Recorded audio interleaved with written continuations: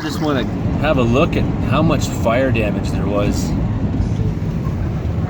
It's like far as the eye can see.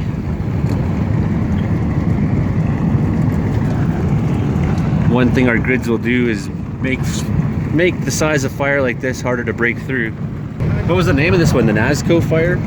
Elephant. Lake Plateau fire. I can't remember the exact name. But I think it was like 250,000 hectares. 250,000 hectares.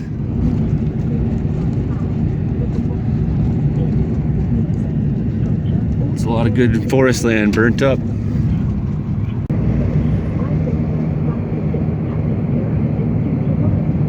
Yeah, I think that's Bishop's Bluff. When I was looking at the maps and on Google Earth, where exactly is the Cutoff Creek fire in relation to camp, that's why I thought that smoke we seen last week was probably from Cutoff Creek. It seems like almost the exact direction. It's only 70 kilometers.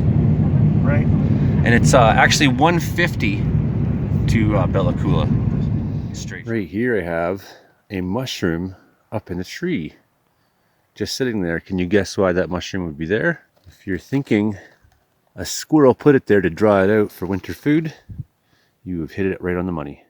In 2 weeks of walking the forest, 8 to 10 hours most days, this is the first legitimately nice tree I've seen, this big spruce. And honestly, I cut ones in wells down that are about this size frequently, and it's a good sized tree.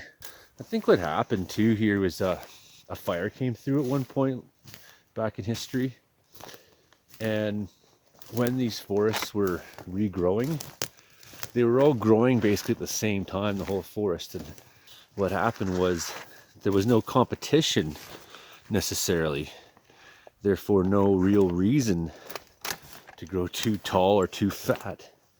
And so you see a lot of mature trees here that are, not very big, and whole stands of them all the same height, and you're wondering why.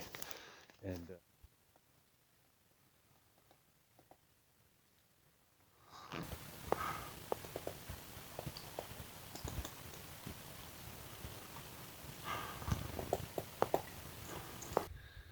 yeah, all right, this is a legitimately nice forest, this section at least.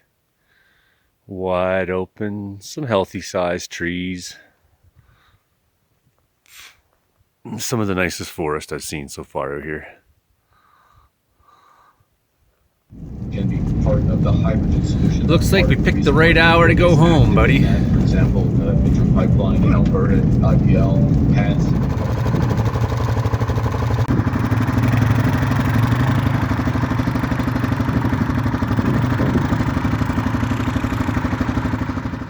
Man, look at this forest. The pine beetle has really done a number.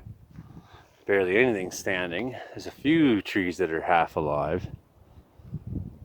A couple that are doing okay. But it's dead zone, and it's difficult to walk through. The animals don't even want to be in here. The predators don't have to come in. Why would a predator come in here when the prey won't? So, you do see the smaller stuff, minks and weasels and chipmunks and all that kind of thing. But again, very quiet forest, some of these dead zones. Fire hazards.